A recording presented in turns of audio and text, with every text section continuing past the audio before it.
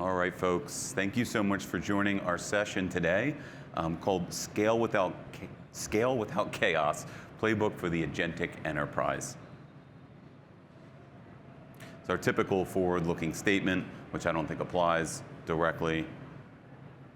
And just quick remarks on feedback. We always ask for your feedback, so please take a moment and provide feedback for us after the session. Thank you. Okay, so just walking through the agenda quickly. We're going to focus on how do you scale AI in this crazy world that we live in right now. And we'll be about 6 different areas we focused on. First is the shift. Second is what chaos looks like. We'll talk a little bit about our journey at HPE, the 4 key plays. We'll talk about the risk register, and then we'll talk about Monday morning, meaning what can you do next, what's actionable from this session. So the shift, this is happening right now. In 2025, you govern content. In 2026, you govern action. This is a significant shift, and it requires specific controls and governance that we'll get more into. What chaos looks like at scale. 5 failure modes you will recognize. I think we're all dealing with agent sprawl at some level. Of course, shadow agents are a concern. Runaway economics are going to be a challenge, especially as we continue to grow our army of agents. Audit black holes, of course. We need to know who's accountable and who's responsible. And cascading tool calls. Again, I think as the autonomy grows here in this whole space, we'll see that it's going to be challenging to control all the tools and manage all the tokens. Okay, so let's talk a little bit about HPE's journey from pilots to platform. A few years ago, there were a tremendous number of pilots just popping up across the business. And what we recognized was there are many shiny objects out there. Vendors have tools and capabilities. What we needed to do was build a centralized platform to help us scale consistently and to help us kind of filter through all these pilots and make sure we have the right systems in place. We also have our own platform called ChatHPE. And there's many components within ChatHPE. You can see them listed here. Of course, agents and Agentic is kind of one of the core key capabilities of our platform. So the scenario, a customer-facing agent that broke at scale. So when we piloted this, it worked beautifully. We had happy stakeholders. It was very, very simple in terms of what we actually piloted. But then when we rolled this out at scale across the company, 3 things broke. First, token spend was out of control. Second, the agent took actions across the system that no one had mapped. And third, when something went wrong, who's accountable? So what's our approach? Again, our approach is to build a reusable, scalable platform. So what are the 4 key plays that are going to help you manage this chaos? First, accountable orchestration. Every agent has an owner.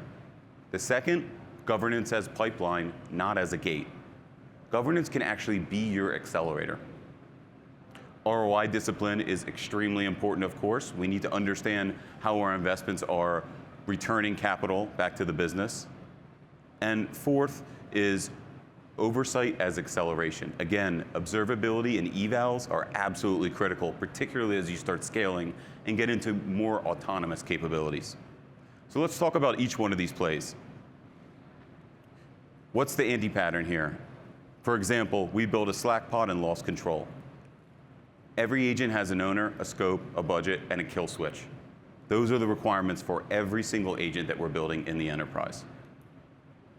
So let's click a little bit more into what that looks like. What is accountable orchestration? It starts with an agent registry. We need to understand the identity of the agent, because keep in mind, right? Agents are part of our workforce, and we need to identify them. We need to register them. We need to understand what actions they're allowed to take and what they can't do. And then maybe most importantly, you need to build in that kill switch. So let's talk about governance. Governance, extremely important, and, oh, hold on. The wrong way. Okay, sorry, went backwards. Governance as a pipeline, not as a gate. Again, I heard this great analogy yesterday. Our team loves analogies, and the analogy was a bullet train. So how can we get a train to go 200 miles an hour? You know how you do that? You have very, very tight governance around how that train's running, right? We have very, very specific standards, and we've done safety checks, right, et cetera, et cetera. It's no different in the agentic world. So how does this work? First off, policy is code. Secondly, evals are critically important. Again, particularly as you're scaling, you're gonna need to actively evaluate these agents, and you need to build that in and automate. Third, runtime policy. Again, it's important to be able to apply consistent policies to your agents as you deploy them, and it should be a very easy, simple activity, so it's very easy to repeat. And then fourth, we talked about continuous evals. Again, I think this is an underappreciated area, and I think companies are going to understand this better. As agents become more autonomous, we need to evaluate their capabilities. ROI. This is probably everyone's favorite topic beyond use cases, is how do we measure effectiveness? How do we measure our returns? So let's talk through ROI. First off, we need to understand unit economics for each one of our use cases. So a couple examples might be cost per closed ticket, per resolved case, per generated artifact, all captured automatically. The second is a portfolio view. We want to understand all of our use cases, and we want to be able to see them across the whole business, regardless of if it's finance, sales, marketing, operations, et cetera. We want to have that singular portfolio view. Thirdly, we need to set sunset criteria up front. Explicit thresholds for retirement. Again, this is so we can manage our army of agents, and we put some rules in place, right? So the sprawl doesn't get completely out of control. Spend governance. So we spent a lot of time talking about tokenomics, not just this week, but it's a hot topic in the last couple months. And what we've done is we started to set budgets per agent, and we can track all of our spending at the agent level. And by the way, we also tag every application that's leveraging our GenAI service. We understand the cost to run that application. So we can tie it back to the business case and understand the costs. And then hybrid orchestration. This one is particularly important for us because our platform, ChatHPE, is truly hybrid. It runs in the cloud and it runs on-prem. And we have an orchestration layer that allows us to direct workloads either to the cloud or on-prem, depending on the use case or the task or the activity. And underneath that platform is a product called Private Cloud AI. Some of you might be familiar with that. Very powerful. This is essentially a GPU in a box, think of it that way, that you can run on-prem in your data center. So you do not need to send the data to AI. You can bring AI to your data. That's Private Cloud AI. And again, that's core to our platform.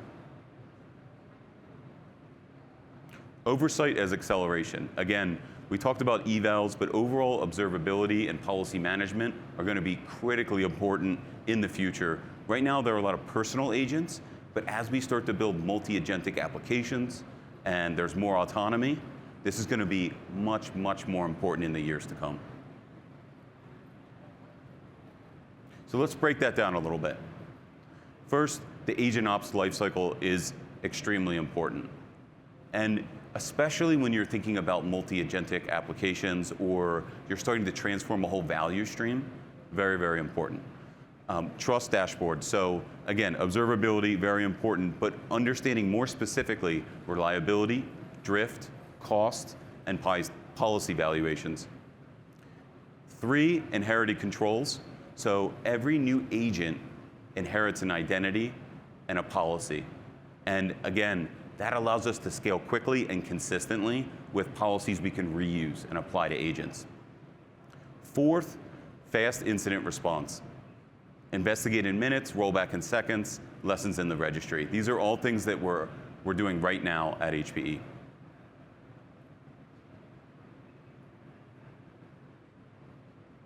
So what can go wrong? Let's talk about a risk register for agent programs. Firstly, autonomous action. Agents take actions that you didn't authorize at scale. So how do we mitigate that challenge? Scope limits, having a kill switch, we talked about that earlier, action provenance, and human in the loop for high stakes paths. Data exfiltration is also a big risk. Agents read what they shouldn't right where they can't be audited. Again, it's important to have tool and data registry, something called least privilege identity, which some of you might be familiar with, and then of course runtime redaction. Prompt injection, this one's been around for the last few years, and I think in the agentic era, the risk grows even greater around prompt injection because we're taking action now, right? So we can't get this wrong, and we need to protect against prompt injection. So what we've done is we've built a set of filtering that helps reduce this risk. We have policy at every tool boundary, by the way. So we do have connectivity with our tools. We leverage MCP, Model Context Protocol, of course, and we have continuous evaluations running to prevent prompt injection. Compliance lineage. Cannot prove which model, prompt, or data product regulated a decision. I think depending on your jurisdiction, this is going to become very important very quickly, particularly in the European Union, but I think over time, it's going to be important everywhere because the regulatory environment is still maturing, right? We don't have formal regs in this space, and as those regs come online, we're going to have proof and auditability. And last but not least, vendor lock-in. Platform choices that constrain model, tool, and data flexibility. So how do we mitigate this? We abstract at the model and the tool layer. And portability is extremely important. When we built ChatHPE, what we wanted to do was make sure we're not necessarily locked into any model provider or any platform provider. So what we were able to do is design this platform. It does leverage some of HPE's products, like I mentioned, PCAI, Private Cloud AI. But additionally, we did not want to go all in with any particular hyperscaler, right, or any particular vendor. All right, so what are the 3 things you can do to get started? First, very simple, stand up an agent registry. Not a difficult thing to do. I think the challenge here sometimes is if you haven't set up your governance program correctly or properly across your organization, it can be difficult to know where these agents are popping up. So you need to set up your governance program, but one of the tactical steps here is agent registry. Secondly, make one workflow's unit economics visible. So whether we're talking about resolving a ticket or any other kind of way to measure progress, let's be very, very clear about how we're measuring success within that specific use case. Put it on a dashboard, make sure it's visible, make sure we're tying it back to the business case. And again, this is something that you can pick one specific use case and make sure you have very, very good metrics to track it and very good visibility around those metrics. Third, compile one policy into the deploy path. Choose your highest stakes policy and make it code. Make it repeatable, make it easy, and make it part of every release going forward. Again, this capability is very, very powerful because it will allow you to scale consistently and with trust. So, in conclusion, governance isn't the brake, it's the steering wheel. Go back to the bullet train analogy. We want to build that track, right? So it's extremely secure, and then we can go very, very, very fast. Thank you all.